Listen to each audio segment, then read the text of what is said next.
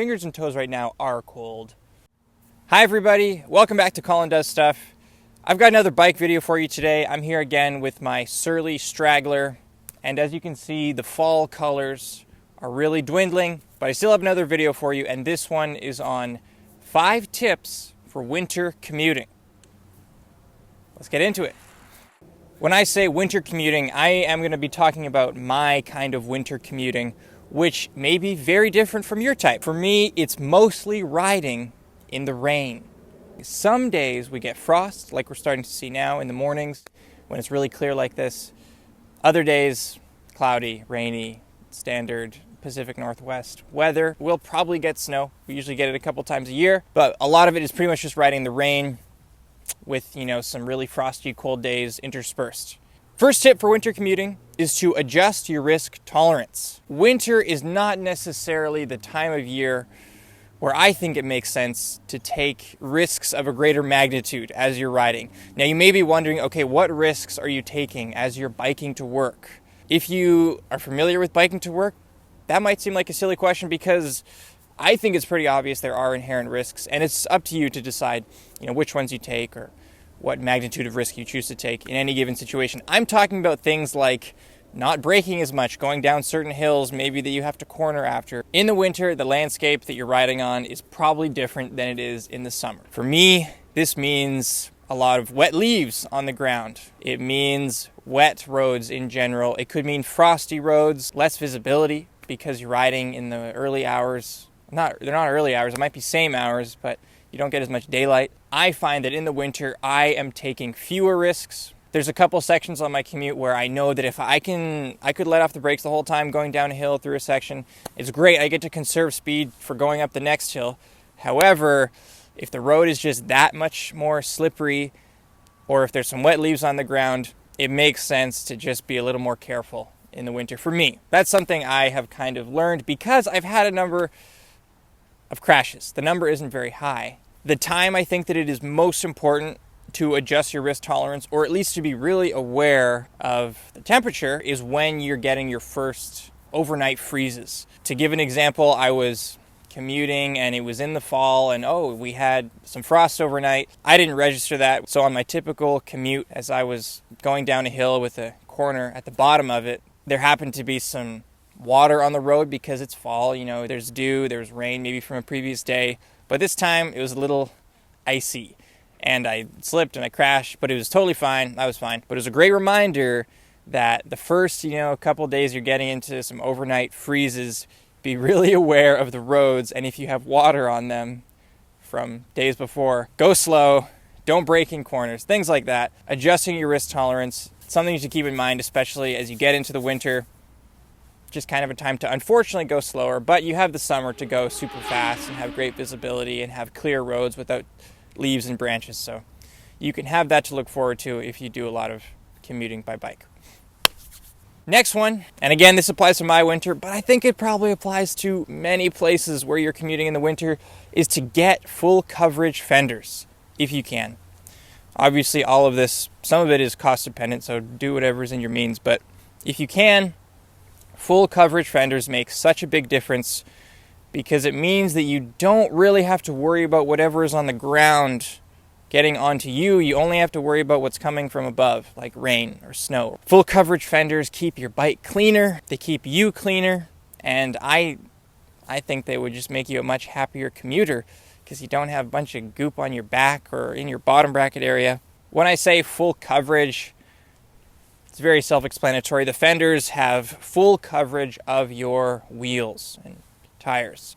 You can buy clip-on fenders, that do a little bit for the spray in the back, things like that. But if you're commuting a lot in wet, or if you just are going to have dew on the road, or anything, full coverage fenders make such a big difference. They are also helpful at keeping salt off your bike, whether that be, granulated salt that's put on the roads when it's cold or snowy, or brine, if they put brine on your bike paths or roads or whatever. It keeps the salt off your frame. Maybe it's on your fenders, so you still probably have to do a bit of checking to make sure that your bike is all good, but full coverage fenders, they make such a big difference. Even with full coverage fenders, I still have some goop in places, but without these, bike would be a mess, and I would be a mess. Tip number 3, continuing with bike setup, is to, if you can, get wider and knobbier tires for the winter. Wider tires, if you don't already know, they make a really big difference in terms of your ride comfort, but also your grip.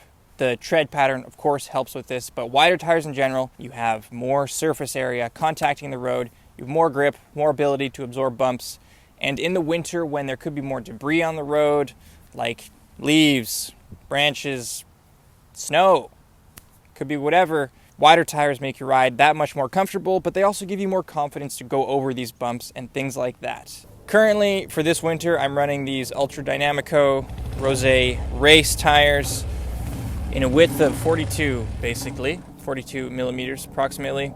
They're great. I have some other Panaracer semi-slick Gravel Kings that I had on in the summer. I put these on a little while ago. I still think they're awesome. Maybe I'll put the smoother ones on in the summer if I want to go a little bit faster. Probably not though, because these are great for off-road as well.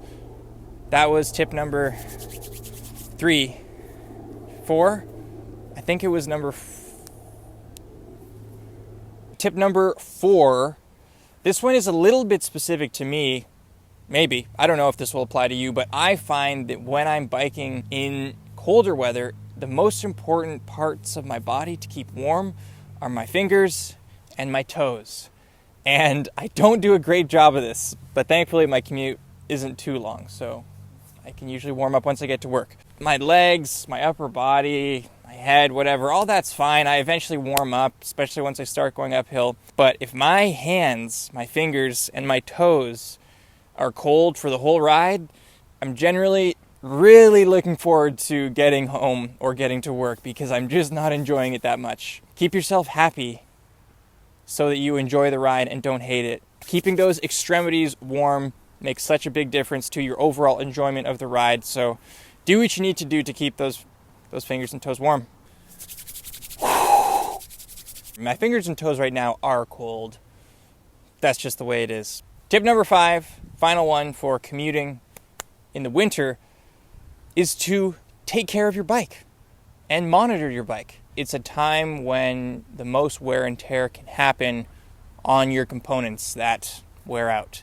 Things like your chain, cassette, and chain ring, or single rear cog, brake pads. They take a lot of abuse in the winter, mainly because you just have more debris from the road sticking to your bike. In the summer, when everything is dry, you might get a lot of dust, which you also have to be aware of. But it doesn't stick to your bike as easily, doesn't stay on as long, doesn't get into your chain and grind away bit by bit, or your brake pads. Always keep an eye on your consumables in the winter because they can wear out really quickly. In addition to monitoring your consumable parts, take a look at the whole rest of your bike, especially if you live in a place where salt is applied to any surfaces you're riding over. As I've mentioned before in a couple other videos, salt can corrode your bike, and it's really rough. So that might mean once you're done riding, every couple days, maybe every day, try and rinse off your bike completely.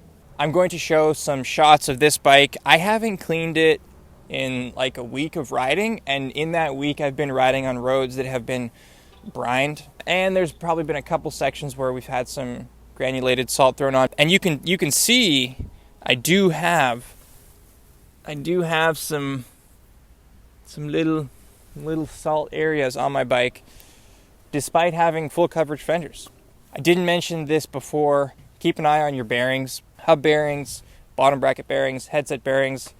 Anything that moves in the winter, things can get worn out more easily. So keep an eye on those. You can do little tests to make sure you don't have play in your bearings or everything's adjusted properly and running smooth. There's other little sub tips for commuting in the winter, like having lights and being visible. You can do as much of that as you would like to in order to feel as safe as you would like to. That's great. Please let me know in the comments what winter commuting is like for you. I know that I have it relatively easy here because the temperatures generally stay above freezing.